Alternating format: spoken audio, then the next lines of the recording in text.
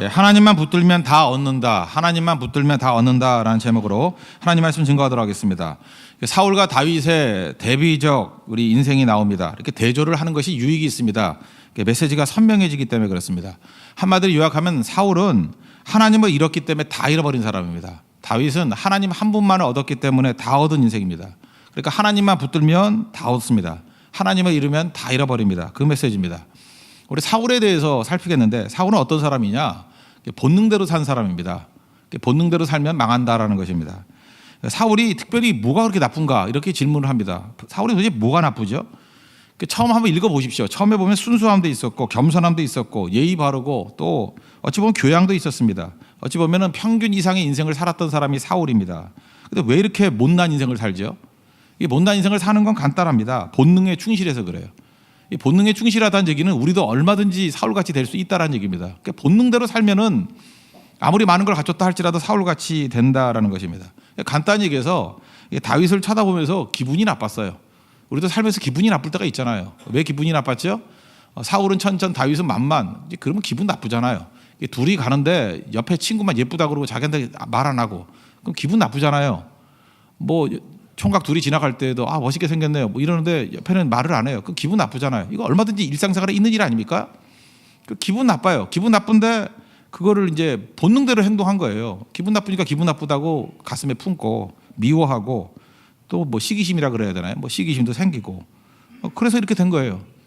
사울은 머리가 좋은 사람이었거든요. 그러니까 처음에는 쉽게 생각했어요. 저거 기분 나쁘네, 저 밉네, 저 어떻게 하면 골탕 먹이지, 뭐 이 정도 생각을 했을 거라고요. 그래서 이제 자기 머리를 씁니다. 우리도 머리 좋은 사람은 머리를 쓰지 않습니까? 자기 손에 피 안 묻히고 죽이기 이런 생각을 해요. 뭐 내가 죽이는 거 아니잖아. 내 손에 피 안 묻히고 죽일 수 있는 방법이 뭔가? 블레셋 사람을 통해서 죽이는 거죠. 전투에 나가서 죽이게 만드는 방법.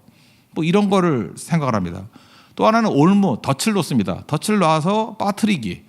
우리도 뭐 그런 거 있잖아요. 뭐 짙게 지가 넘어간다 하면서 이렇게 올무를 만들어 놓고 기다리고 있으면 되죠. 이게 뭐 내가 한 건가? 자기가 들어간 것이. 이런 식의 생각을 했다는 것입니다. 그래서 전쟁터 나가게 만들고 딸을 통해 가지고 덫에 빠지게 만들고 그러니까 모든 자원을 다 동원하고 모든 그 은사를 다 동원해서 이렇게 살았다라는 것입니다. 결국 이것이 깊어지다 보니까 어떤 일이 벌어져요. 평생 다윗 뒷공문이 쫓아다니는 인생이 되고 자기 삶을 못 살잖아요. 그러니까 망하는 인생을 사는 것입니다. 그러니까 얼마든지 우리도 이렇게 살 수 있다는 것입니다. 사울같이 되려고 그러면 그냥 본능대로 살면 돼요. 미움이 오면 미워하면 되는 거고 기분 나쁘면 기분 나쁜 거 표현하면 되는 거고 그 다음에 또 뭐 말하고 싶은 말 다 해버리고 하고 싶은 말 하고 싶은 짓 다 하면 돼요. 그럼 사울같이 됩니다. 그러니까 무서운 얘기죠. 다윗을 죽이려고 했는데 결과적으로 어떤 일이 벌어졌습니까? 자기 가족이 다 죽었어요. 딸이 둘이 있었거든요. 큰 딸이 메랍이고 둘째 딸이 미갈인데 둘 다 뭐 메랍은 딴 남자에게 줬고 이게 뭐 망했고 둘째도 다윗에게 줬다가 미갈인데 나중에 뺏어가 딴 남자에게 줬다가 또 다윗이 데리고 와서 이렇게 같이 안 자잖아요. 그러니까 뭐 두 딸 다 망한 거죠. 그리고 길보아 전투에서 마지막 죽을 때 자기도 죽고 아들 셋이 다 죽죠. 요나단, 그 다음에 아비나답, 말기수아 이렇게 세 명 아들 다 죽습니다. 그리고 요나단의 아들 하나, 그 다리 다친 아들 하나, 무비보사 하나 살아남죠. 이런 걸 뭐라 그러나요? 패가망신. 그러니까 다윗 죽이려 그러다가 자기 가족 다 죽었어요. 무비보사 하나 빼놓고 다 패가망신. 우리 그렇다라는 거예요. 간단한 겁니다. 본능에 충실해가지고 본능대로 살아보세요. 그러면 맨 미운 사람만 보이거든요. 맨 죽이고 싶은 사람만 보이거든요. 머리 써가지고 손에 피 안 묻히고 죽인다고 한 번씩 시도해보세요. 덧 놓고 올무 놓고. 결과는 뭐예요? 패가망신. 결국은 자신이 망하는 겁니다. 돈 많은 사람이라 그러면 거지 되고요. 건강한 사람이라 그러면 걷지도 못하고요. 죽이려는 대상은 승승장구하는데 자신은 죽음을 맛보게 된다는 것입니다. 왜요? 이게 본능대로 행하기 때문에. 그래서 사울은 멀리 있는 게 아닙니다. 아주 가까이 있습니다. 이 본능대로 살면 안 된다는 거죠. 근데 마귀가 우리를 넘어뜨리기 위해서 사울같이 유혹을 해요. 이 시대 정신이 뭐예요? 멋대로 살라는 거죠. 하고 싶은 대로 살라. 그 심리학에서도 우리를 지지해 주죠. 프로이트 같은 사람은 뭐라 그래요? 억압이 문제다. 뭐든지 억압이 문제다. 그래서 억압을 풀라. 원하는 대로 해라. 이게 또 이름이 뭐로 나오냐면 사상으로 나와요. 자유와 평등. 이렇게 나온다고요. 그래서 원하는 대로 살라. 그럼 사울 된다는 것입니다. 본능대로 살면 사울같이 무너지게 된다는 것입니다. 여러분, 이 사울이 생각하는 인간의 지혜는요, 하나님의 지혜를 이길 수 없습니다. 별로 아무리 죽이려고 그러니까 죽이려고 해도 하나님이 보호해 주시잖아요. 그죠? 그래서 승리도 주시고 또 미갈이라는 딸의 도움도 받고 나중에 뭐 요나단의 도움도 받고 하나님이 여러 가지 길로 이끌어 주신다는 것입니다. 그러므로 우리는 여러 가지 카드를 들고 사는 사람이 아니라 하나님만 믿고 의지하는 삶, 그게 또 필요하다는 거예요. 사울은요, 이게 남 죽이려고 하는 악한 마음이기 때문에 마귀가 주는 마음이 있어요. 원래 딸 주겠다라는 거는요, 이게 지금 3번 써먹고 있는데 골리앗 물리칠 때 원래 준다 그랬잖아요. 사무엘상 17장 보면요, 거기 그런 말씀이 나와요. 그 골리앗 물리치면은 내가 딸 주겠다. 그죠? 그러면 줬어야 될 거 아니에요. 근데 또 다시 지금 카드를 또 쓰죠. 메랍 주겠다. 그러고 난 다음 메랍하고 결혼할 시기쯤 딱 돼가지고 딴 남자에게 줘버리죠. 아들의 일이라고. 그럼 열받게 되잖아요. 그래서 한 번 또 약을 올리고 그 다음에 미갈을 주겠다. 사실 이 3번의 카드를 계속해서 반복해 쓴다는 것입니다. 그러니까 마귀의 특징이 뭐냐면요, 이런 거예요. 잠깐만 있던 거를 잠깐만 재사용하는 거예요. 그러니까 남의 약점을 자꾸만 얘기하고 허물을 자꾸만 얘기하고, 여러분 봐도 그렇죠. 머리도 되게 안 좋은 사람인데 남 공격할 때는 10년 전 일을 다 기억하죠. 그 왜 기억하느냐 하면 마귀의 기억 보조 장치가 있기 때문에 그래요. 마귀가 기억을 이렇게 넣어주는 거예요. 요한복음 13장 2절에도 나오잖아요. 가룟 유다에게 예수를 팔 생각을 넣어줬다고. 마귀가 넣어주는 생각이 있습니다. 거기에 조종당하는 거예요. 그래서 막 흔들려 버리는 거죠. 잠언 17장 9절을 보니까 허물을 덮어주는 것은 사랑이다. 그런데 거듭 말하는 자는 이간하는 자다. 지금도 보면 똑같은 얘기, 나쁜 얘기 잠깐 거듭 얘기하는 사람 있죠. 뭐 이렇게 누구 욕도 거듭 얘기하고 뭐 안 좋았던 일도 거듭 얘기하고, 그 마귀로부터 온 거거든요. 그 딱 보세요. 저건 마귀다 이렇게 생각하면 돼요. 하나님의 백성은요, 살리는 자기 때문에 만약 백보양보에 충고를 할지라도 한마디 하고 끝내버립니다. 근데 이게 거듭 말하는 거는 죽이겠다는 거예요. 이간질하겠다는 거예요. 이게 사탄의 영이고 이게 사울에게 임했다는 것입니다.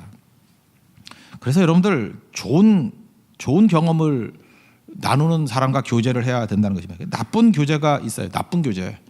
교회도 마찬가지예요. 우리 교회도 새가족부에 처음 오면은, 여기 새가족들 계시죠? 새가족부에서 제일 마지막에 하는 말이 뭡니까? 교제권에 너무 큰 기대를 갖지 마세요. 이런 얘기를 해요. 왜냐하면 우리 개척교회입니다. 그래서 다 된 사람들이 아니에요. 이렇게 상처 있고 쉽게 말해서 교양도 없는 사람도 많아요. 기본기도 안 된 사람 되게 많아요. 다만 교회만 나올 뿐이에요. 아직 시간이 필요하거든요, 양육에. 그런데 이제 기대를 갖고 오죠. 나보다 나은 사람이 교회에 다닐 거다. 그래서 교제권에 대한 기대를 갖고 와요. 다 실패합니다. 그 교회는 예수님 만나러 오는 거예요. 그 1순위예요. 예수님 만나서 예배드리러, 예배자로 서 있는 것입니다. 그래서 깊어지고 난 다음에 교제에서 은혜를 받고 교제에서 좋은 영향을 끼치려고 그러면 교회가 많이 성숙해져야 돼요. 더 성숙해져야 됩니다. 지금은 교제에 너무 기대 갖지 마세요. 오히려 교제는 하면 할수록 손해일 가능성도 크다라는 것입니다. 그 왜 그러냐면 이런 거예요. 이게 사울 현상인데 한번 생각해 보세요. 지금 사울의 이 문제가 뭐예요? 자기는 천천히고 다윗은 만만이다. 그래가지고 기분이 나쁜 거 아니에요. 그러니까 자기가 주인공이 되지 못하는 거 아니에요? 남자는 좀 교묘하게 그러고 여자들은 좀 노골적으로 그러는 편이 있어요. 그러니까 여자 얘기를 한번 듣는다 그러면, 예를 들어서 뭐 성교 같은 데 갔어요. 갔더니 자기가 주목받고 싶어요. 그러니까 모든 여자들이 다 주인공 되고 싶은 마음들이 있잖아요. 근데 주인공이 안 되잖아요. 주인공이 뭐 하나밖에 더 돼요? 주인공이 되나? 주인공이 안 되면은 이제 사울 같은 마음이 드는 거라고. 내가 옛날에 만만이었는데 저게 만만이네. 특별히 여자들이 제일 힘든 게 뭐냐 하면은 나이 약간 든 여자들. 그러니까 미모를 포기할 수도 없고 미모는 안 되는 사람들. 그러니까 쉽게 말하면 노처녀들이죠. 이게 문제거든요. 자기들은 싱싱하다고 생각하는데 이제 실력은 안 되고. 그러면 이제 사울 현상이 막 벌어지는 거라고요. 그러니까 누군가 주목받는 것을 못 받아들입니다. 그러면 저녁에 가가지고 이제 사울같이 머리를 써요. 머리를 써가지고 온갖 나쁜 얘기를 다 하는 거죠. 오전에 오후에 받았던 모든 은혜를 저녁에 다 쏟아붓는 거죠. 그런 사람들 잘 보면 맨날 누구 붙어가지고 얘기하고 있어요. 자기 분노를 풀고 있는 거거든요. 자기 상처를 풀고 있는 거거든요. 그럼 자기는 약간의 위로를 받을지도 모르지만 주변 사람 다 죽이는 겁니다. 사울이 그 짓 하고 있는 거예요 지금. 그래서 이게 완성이 되지 않은 사람들은요, 교제 안 하는 게 좋습니다. 교제보다도 그 아픔 있을 때 주님 앞에 나와야 돼요. 엎드려서 주님 내 마음이 아프네요. 이 정직함이죠. 내가 너무 힘드네요. 그리고 하나님의 위로가 있고 하나님의 세워주심이 있어요. 그런데 그거 붙들지 않으면 더 어려워지게 된다라는 것입니다. 이번에도 보니까 많이 존경받는 사람들을 보면은 말을 안 하는 사람이에요. 그죠? 할 말이 있어도 말 안 하는 사람. 그러니까 존경받더라고요. 신비스럽고 뭐가 있는 것 같고 아무도 없는데 그죠? 뭐 있어 보이고. 사울 같이 살지 말아야 될 것 딱 한마디예요. 본능이 있거든요. 본능대로 살면 안 돼요. 자기를 쳐서 복종해야 돼요. 세상은 본능대로 살라 그래요. 그래서 우리 죽이게 만들려고 사울같이 만들려고. 근데 본능대로 살면 안 돼요. 자기를 쳐서 복종해야 돼요. 말하고 싶어도 참아야 되고요. 무슨 일을 하고 싶어도 하지 말아야 되고요. 그 미움이 생겨도 그거 억제해야 되고요. 억울해도 주님 앞에 엎드려야 돼요. 그게 사울 이기는 방법입니다. 그러면 여러분 능히 승리할 수 있다고 생각을 합니다. 그러니까 사울은 어떻게 살았어요? 본능대로 살았어요. 반면에 다윗으로 넘어옵시다. 다윗은 겸손하게 살았어요. 또 다른 말씀 붙들고 살았다. 근데 그런 말이 너무 식상하니까 겸손하게 살았어요. 겸손하게. 여기 보니까 사울이 올무 또 덫을 넣습니다. 근데 다윗이 덫에 잘 안 빠지네요. 덫에 안 빠지는 이유가 뭘까요? 욕심이 없기 때문에 그래요. 사람이 욕심 때문에 망하는 거예요. 야고보서 1장 15절에 나오잖아요. 욕심이 잉태하여 죄를 낳고 죄가 장성하여 사망에 이르니라. 사망을 낳느니라. 그러니까 욕심에서부터 시작하는 거예요. 욕심이 죄로 가고요. 그게 우리를 망하게 만들어요. 죽게 만들어요. 그런데 잘 보세요. 다윗은 욕심이 없는 거예요. 하나님만 바라보니까 하나님으로 충분하니까 욕심으로 움직이질 않아요. 그죠?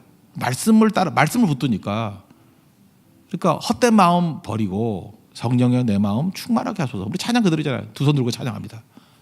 헛된 마음 버리고 헛된 마음 없으니까 유혹이 없는 거예요. 그리고 성령이여 내 영혼 충만하게 하소서. 그러니까 말씀으로 충만하고 은혜 붙드니까 올무되지 못했던 이유가 뭐예요? 겸손하고 욕심이 없기 때문에 그렇다라는 거예요. 그래서 18절에 보니까 뭐라 그래요? 매랍 준다 그러니까 내가 누굽니까? 나는 그저 왕의 사이가 될 자격이 없습니다. 뭐 욕심 안 부리잖아요. 그러니까 이기는 거죠. 그 다음에 23절에 보니까 또 뭐라 그래요? 나는 가난하고 천한 사람입니다. 욕심이 없잖아요. 그리고 또 열받아야 되잖아요. 원래는 그 딸 준다 그러다가 그 타이밍이 딱 돼가지고 딴 남자한테 줘버렸어요. 그죠? 아들에게 줘버렸어요. 약 올라야죠.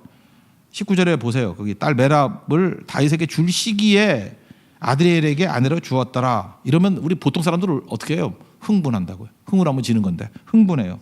이성을 잃어요. 섭섭해요. 막 기대하니까. 마귀가 쓰는 방법 중에 하나가 뭔지 알아요? 막 기대하게 만든 다음에 안 줘버려요.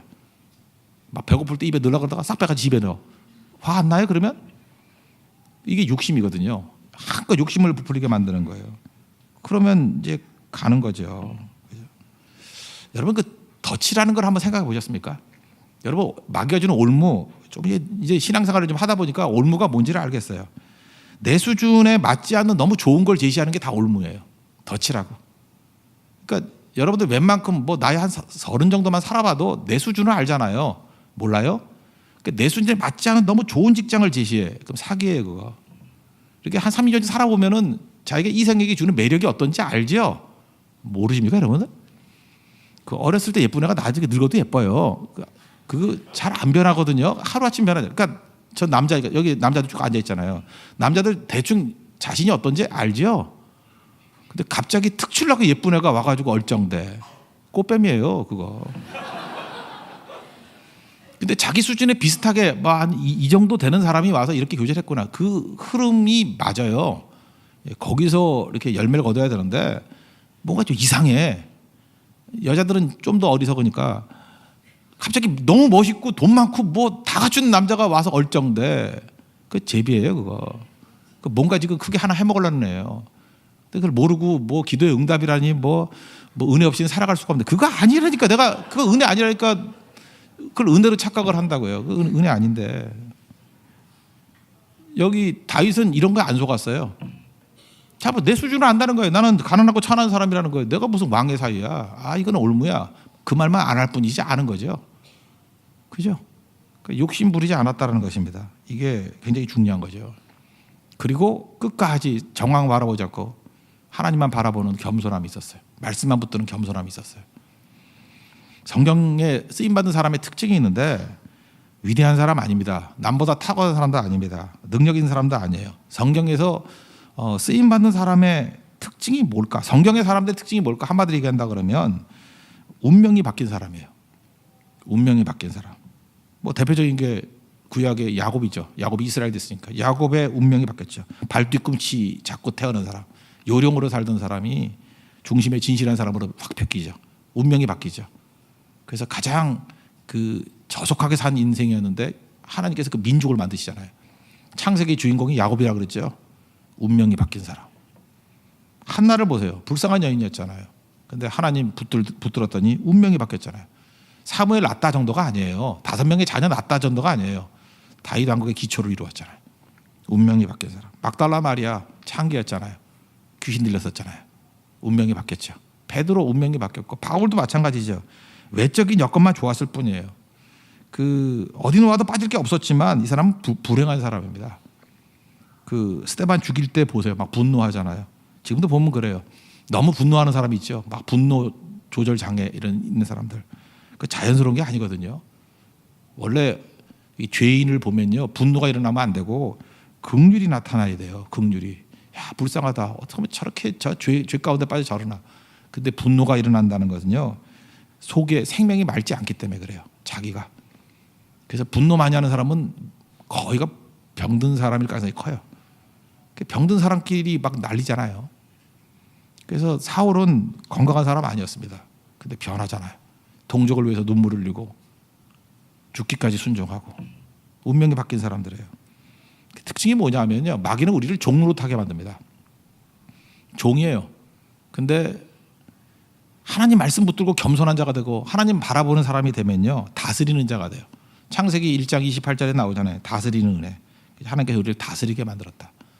그래서 상황에 끌려다니지 않고 우리가 상황을 다스리는 자가 됩니다. 이 다스림에 대한 그 대표적인 예를 한번 들어본다 그러면 뭐 이거는 이제 상담할 때 가장 기초적인 예화예요.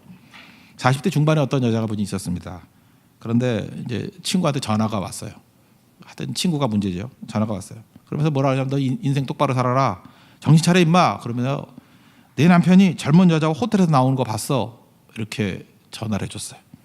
그 순간에 정신이 아득해지고 몽롱해지고, 그죠? 이게 뭐 정신이 없죠. 인간이라는 게 이게 에너지가 이게 한계가 있기 때문에요. 이런 소리 들으면 에너지 레벨이 팍 떨어집니다. 그냥 아무것도 못해 그냥 주저앉아 버린다고요. 근데 퇴근을 했는데 남편이 꽃을 사갖고 왔네요. 더 화가 나는 거죠. 이 짐승 같은 놈. 그죠? 꽃으로 뭘 하려고. 그다음에 이제 남편이 어디 아파? 얼굴이 안 좋네. 그랬더니 걱정하면 할수록 화가 더 나는 거예요. 그죠? 이게 뭐 캥기는 게 있구나. 그 이상해 보니까 뭐 내가 밥 차려 먹을게. 그 화가 더 나는 거예요. 그죠? 그래도 밥은 먹겠다고 막 이러면. 밤 잘 기력도 없어요. 밤 뭐 뒤척이다가 아침 점심 때까지 누워 있었어요. 근데 막내 여동생한테 전화가 왔어요.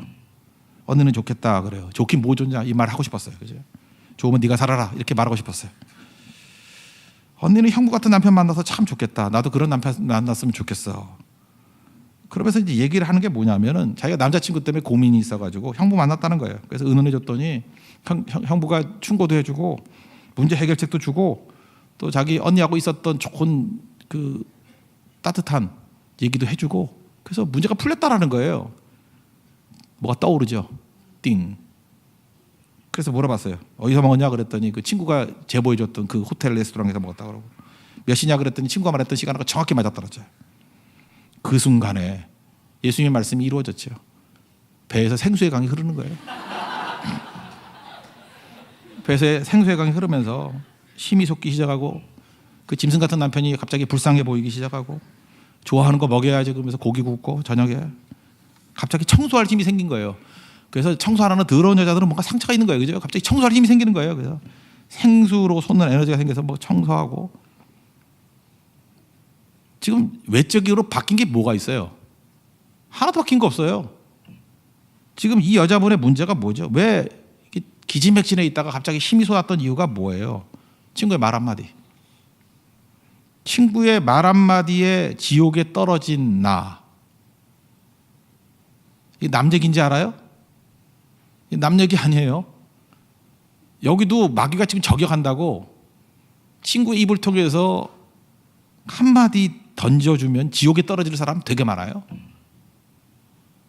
친구가 뭐라고 하던 말던 판단과 선택의 주체는 나여야 되잖아요. 안 그래요? 세상에서 우리 넘어뜨리려고 마귀가 무슨 소리를 안 해요. 그러니까 뭔 소리를 하든 간에 판단과 선택의 주체는 나여야 되잖아요. 내가 하는 거를 그걸 다스림의 권세라 그래요. 다스림의 권세를 잃어버리고 종노릇하는 자는 뒤집히는 거예요. 사울을 보세요. 사울은 전전 다윗은 만마 그 한마디에 뒤집히잖아요. 이거를 심리학에서는요 의식의 경계라는 말을 써요. 의식의 경계. 그래서 건강한 사람은 문고리가 안에 있어요. 그래서 내가 열기도 하고 닫기도 해요. 내가 판단해요. 내가 선택해요. 그러니까 건강하죠. 다윗 보세요. 뭐라고 하든 간에 안 흔들리잖아요. 그죠? 의식의 경계가 문고리가 자기 안에 있기 때문에. 근데 문고리가 밖에 있는 사람은 주변 사람에 나쁜 사람이 많거든요. 문 열어가지고 한마디 던지고 즐기는 거예요. 아마 이분이 좀 행복하게 살았을 것 같아요. 친구가 사울 같은 사람이었을지도 모르죠. 약간 시기 질투심이 생기니까 그냥 아무거나 보고 과장해서 얘기해버리는 거예요. 뒤집히잖아요. 의식의 경계가 문고리가 바깥에 있기 때문에 그래요. 그러니까 선동에 맨날 넘어가고 상황에 종노릇하고 이게 종노릇하는 거예요. 다스리래요. 다윗은 다스리잖아요. 그래서 이기죠. 주님 붙들어야 다스림의 능력이 나타나기 시작한다는 것입니다. 저는 우리 청년들에게 그런 얘기를 해요. 하나님 앞에서 기쁨을 누리는데 주는 기쁨도 있고 받는 기쁨도 있다고. 제가 사랑하는 사람일수록 주로 그렇게 얘기를 많이 해요. 주는 기쁨을 누리라고. 받는 것도 기쁘죠. 받아도 기쁘지 않아요? 뭐 받는데 뭐 안 기쁠 거 없잖아요. 받는 것도 기쁨이에요. 안 받기만 해도 별로 건강한 거 아닙니다. 기쁨으로 받는 것도 중요해요. 근데 주는 기쁨이 더 좋다고 생각해요. 그래서 주는 기쁨이 받는 기쁨보다 더 크기를 원한다. 굳이 왜 그러냐라고 얘기를 하면 주는 기쁨은 타이밍을 내가 결정할 수 있잖아요. 받는 기쁨을 내가 어떻게 결정해요? 언제 줄지 알아. 근데 주는 기쁨은 타이밍을 내가 결정할 수 있잖아요. 그래서 기쁘고 싶으면 주면 돼. 그죠? 기쁘고 싶으면 주면 돼. 그래서 항상 기쁨 가운데 이렇게 유지할 수 있는 사람은 주는 기쁨이 뭔지를 아는 사람이에요. 주는 기쁨이 뭔지를 알려고 그러면 좀 많이 가져야겠죠. 그러면 승리할 수 있겠죠. 어쨌든 뭐가 됐든 간에 종노릇 하지 말고 다스리십시오. 겸손하게 하나님 말씀 붙드는 사람은 다스림의 능력이 있어요. 종노릇 하지 마십시오. 다스림, 그게 중요한 거예요. 그리고 겸손하게 하나님 말씀 붙들면요 깊어져요. 이 시대가 이상해져 가지고요 깊어지기보다는 어떤 정답을 요리조리 말하는 시대예요. 나는 어떤 책 보면 이게 승질나는 책이 있는데 뭐 뻔한 정답 하나 갖고 요리조리 이렇게 표현 저렇게 표현 요리조리 표현하는 거야. 그게 뭐예요? 그러니까 깊이가 없는 거지 하나도. 예배도 마찬가지예요. 뭐 이번 문 갖고 요리 설명, 조리 설명, 요리조리 설명. 그 뭐예요 그게? 신앙은 깊어지는 건데, 그죠? 깊어지는 데까지 가야 될 거 아니에요. 깊어지는 거. 깊어지지 않으면요 답은 아는데 문제를 풀지 못해요. 기도가 깊어져야 돼요. 그냥 기도로 문제를 풀지. 뭐 문제 생기면 기도해야 된다. 그거 모르는 사람 누가 있어요? 그냥 딱 한마디. God works when we pray. 기도하면 하나님 일하신다. 요것만 알아. 그리고 기도는 안 해. 그러니까 티셔츠만 입고 다니잖아. 티 빨기만 하고. 그게 뭐예요 그게? 티는 사라진다 할지라도 그게 삶에서 녹아 들어가야죠. 그 깊어지는 거거든요. 깊어지는 거. 여러분 깊어져야지 교제도 의미가 있어져요. 여러분 깊어지길 원하십니까? 깊어지면요. 깊어지면은 내 속이 변해요. 깊어지면 하나님 말씀을 진짜 만나거든요. 히브리서 4장 12절. 깊어지는 거 좋아할 것 같이 보이죠. 하나님의 말씀은 살아있고 활력이 있어. 좌우의 날선 어떤 검보다도 예리해요. 칼이래요. 칼. 그래서 혼, 영, 관절, 골수를 찔러 쪼개기까지 하며 마음의 생각과 뜻을 판단한대요. 그러니까 하나님 말씀이 깊어지면요 아파요. 그거 아세요? 영과 혼과 관절과 골수를 찔러 쪼개기까지 하고 내 생각까지도 다 폭로가 되는데 안 아프겠어요? 여기서 몇 가지만 들춰내도요 여러분 도망칠 사람 되게 많고 전화번호 바꿀 사람 많고요 페이스북 폐쇄할 사람 되게 많아요. 그거 아세요? 몇 가지만 얘기해도. 근데 하나님 말씀이 깊이 들어가면은 나를 다 파헤친다는 거예요. 그렇게 변화가 일어나는 거죠. 헛된 마음 버리고 성령의 내용을 충만하게 만드는 거죠. 그래서 깊어짐은 아픔을 동반합니다. 깊어지셔야 돼요. 다윗은 계속 깊어지잖아요. 근데 계속 아프잖아요. 성경 말씀이 우리에게 아픔을 준다는 거 디모데후서 3장 16절 맨날 암송하는 거예요. 이건 맨날 모든 성경은 하나님의 감동으로 된 것으로 네 가지 얘기죠. 교훈과 책망과 바르게 함과 의로 교육하기에 유익하니. 이거 외울 땐 되게 좋은데 이게 나에게 한번 적용해 봐요. 인간이 제일 싫어하는 거예요. 여러분 교훈 제일 싫어하잖아. 또 이렇게 제가 이렇게 설교 오래 하면 또 설교하네 그러잖아. 뭐 그렇게 사는 거 아니야 그러면 그 싫어하잖아요 다. 교훈을 누가 좋아해요? 책망을 누가 좋아해요? 바르게 함, 의로 교육함 이거 다 싫은 거예요. 이거 하면 꼰대라 그래요. 무슨 싫다는 거예요.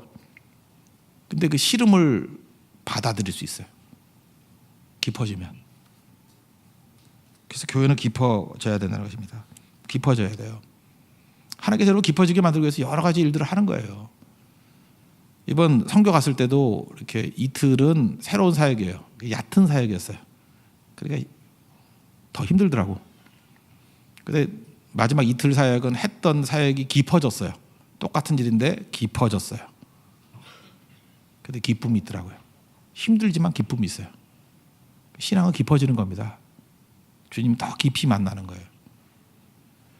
그 감독 가운데 히딩크 감독이 거스 히딩크 감독이 이렇게 탁월했던 이유가 뭔지 아십니까? 축구를 못했어요.